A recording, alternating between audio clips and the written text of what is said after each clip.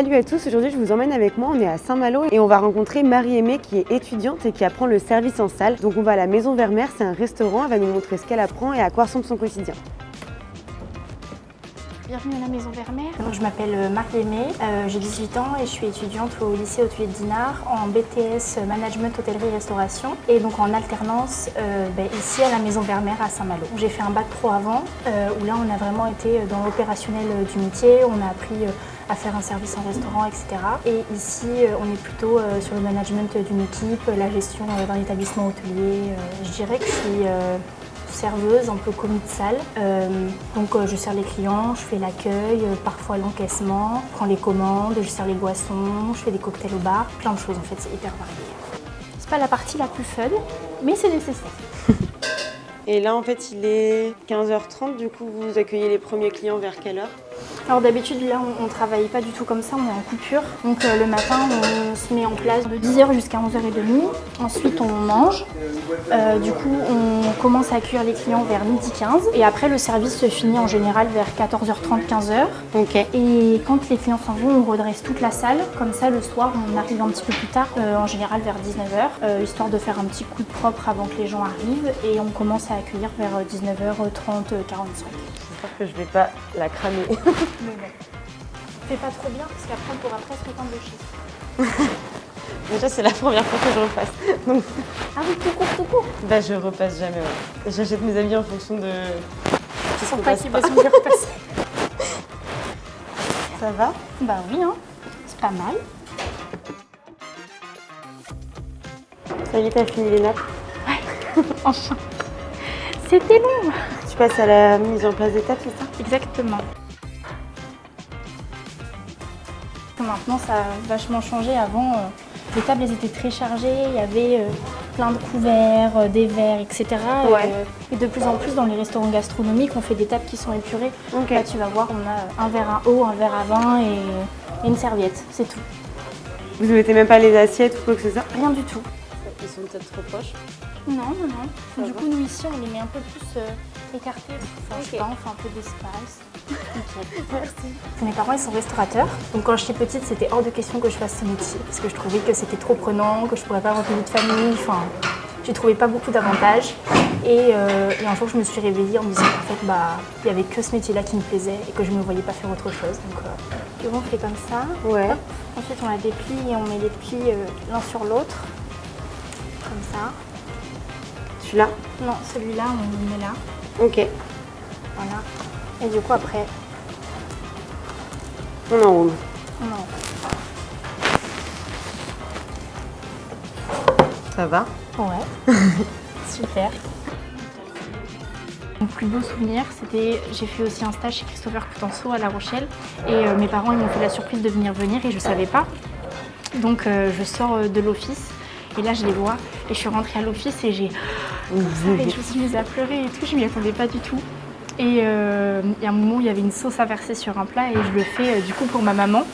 Et du coup elle aussi elle s'est mise à pleurer parce qu'elle était hyper fière de moi. Et... Les avantages c'est de faire plaisir aux gens. Quand ils arrivent des fois au restaurant, ils ont passé une mauvaise journée, on voit qu'ils se sentent pas bien et quand ils repartent, ils ont sourire, ils ont passé un super moment et ils se rappellent de nous et ça c'est le plus beau cadeau. Et les inconvénients, pour moi, c'en est pas parce que maintenant je me suis habituée puis que ça me plaît, mais ça peut être les horaires, quand nos amis se reposent ou qu'ils sont en week-end, nous on travaille, on n'est pas disponible le soir. Par exemple, si un jour je vais avoir des enfants, ce sera un peu compliqué, mais maintenant le métier il évolue. Donc on peut faire peut-être des journées en continu, on travaille de 8h à 18h, ce qui nous libère un peu plus de temps. Voilà, il y a plein de choses qui se mettent en place maintenant. Après les serviettes, tu veux faire quoi? Après c'est fini. Ah. Donc t'es en pause? Non, on a encore plein de nettoyage à faire. Ouais. Que tout soit prêt. On a un dress code, il faut être en costume, il faut être bien habillé, les cheveux attachés, un maquillage discret, tout ça. C'est important parce qu'on reflète qui on est et ce qu'on sait faire un peu. Et c'est quoi les qualités pour toi qu'il faut avoir pour faire ce métier? Il faut être avenant, il faut être souriant, il ne faut pas avoir peur des gens, il faut être ponctuel, c'est important. Voilà. Et toi, il y a un truc qui t'intéresse un peu plus actuellement, peut-être pas pendant 10 ans, mais...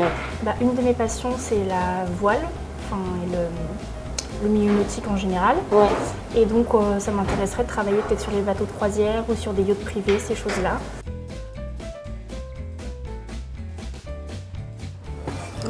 Merci. Non, ça c'est pas pour la vitre, c'est pour... Pardon. On va essuyer. S'il y a une bouteille qui a bougé, je te dirais que c'est moi. Un petit peu de produit à vitre là. Il est où? Caché. On va tout enlever, on va tout nettoyer. Vous avez des habitués Beaucoup. qui vous connaissent bien? Ouais, on a beaucoup d'habitués, même des gens qui viennent 2-3 fois par semaine, quoi. Du coup, nous, ça nous fait plaisir parce que ça veut dire que ce qu'on fait, ça plaît. Et puis, eux aussi, parce que ils viennent, on les reconnaît. Il y en a certains même qui vont se faire la main, tout ça, ou qui nous appellent par votre prénom. Du coup, c'est trop bien. Enfin, moi, j'adore. C'est des fausses? Oui, c'est des bouteilles factices, il n'y a rien dedans. Hop là. That's good. Quoique. Ça, là, Chambolle-Musigny, c'est très bon. Au moins, tu peux goûter à tout. Moi, je goûte pas. Ah ouais? Les gens, souvent, ils finissent les bouteilles quand même. Mais quand il en reste, du coup, des fois, il me fait goûter. Comme ça, je me fais mon palais et puis je découvre des choses, c'est chouette. Et t'as déjà des options, toi, que t'as prises là? On n'a pas d'option en BTS. Ok. Après, on peut Ah oui, se si tu te spécialiser, spécialises, ok. continuer ses études. Mais là, les options, c'est A, B ou C. Donc, c'est cuisine, salle ou hébergement. Ok. Moi, j'ai choisi la salle. Ok. T'enlèves tous les anciens pour mettre les nouveaux? Ouais, c'est ça. Donc, on change les menus le soir toutes les 4 semaines. Okay. Et le midi tous les mois. Et on a un menu du jour, du coup, tous les jours. Du coup, on découvre le menu juste avant le service. Alors, il faut essayer de retenir les éléments importants. Tu l'as vu là? J'ai lu les 3 premiers livres. Et là, ça commence dans 1 heure. C'est ça. Mais le chef va nous faire un super brief avant le service. Donc, il nous dit tout ce qu'il va y avoir dedans. Donc, ça va le faire. une fois qu'on connaît les éléments, après qu'on les reconnaît dans l'assiette, on peut au moins décrire les grandes lignes. Et au fur et à mesure, après, nous, on dit des choses supplémentaires parce qu'on connaît suffisamment bien. Mais ouais. C'est vrai que le premier service est toujours un peu stressant. Mais bon. Que ce soit le déjeuner dessus. Comme ça? Ouais. Ok. Bord à bord, bien nickel. Comment? T'as réussi à retenir? À retenir le repas? Le menu? Au fur et à mesure.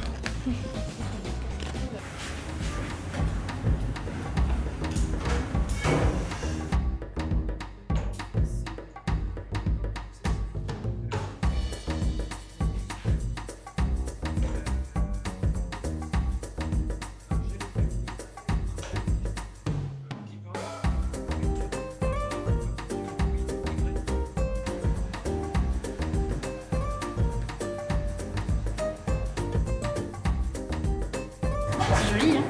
Oui, c'est très joli. Ça donne envie.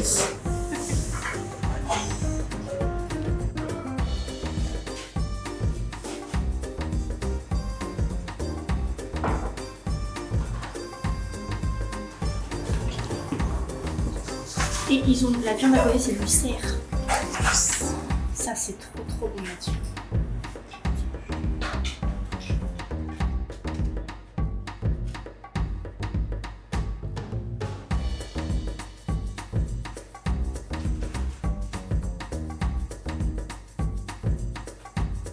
Bonsoir. Je peux récupérer vos vestes peut-être?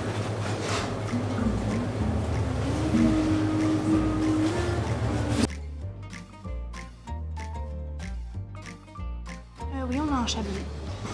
On a un chablis, 100% chardonnay. Voilà.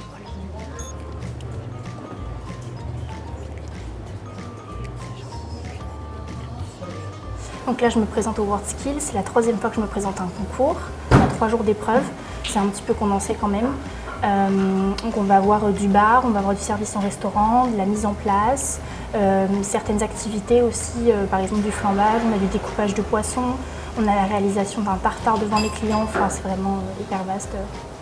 Donc ça nous oblige à être polyvalent en fait sur ce qu'on fait. Donc c'est très intéressant. Puis ça me permet aussi de rencontrer des gens de notre métier. Ça m'aidera plus tard. Peut-être que je peux trouver un futur employeur ou des choses comme ça. Puis ce sera toujours ça de prix parce que j'aurai appris plein de choses en m'entraînant. J'aurais fait de la recherche sur des produits, etc. Et ça va m'aider. Et t'es stressée? Là, ça va parce que c'est encore loin, mais je pense que 2-3 jours avant, ça va être un peu compliqué le stress.